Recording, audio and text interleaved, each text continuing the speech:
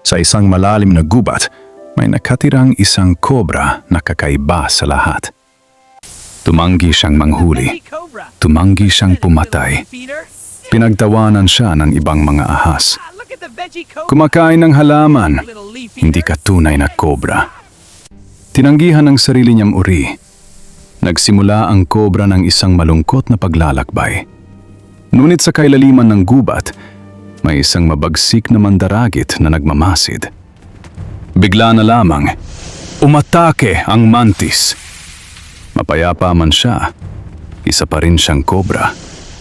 Kumikidlat sa bilis ang pag-atake ng kobra. Ngunit nasalag ito ng mantis at agad siyang sinunggaban.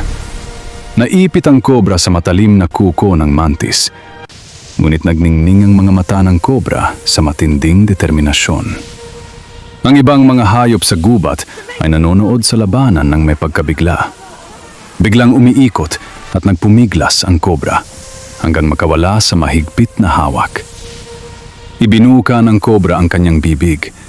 Ipinapakita ang kumikislap na makamandag na pangil.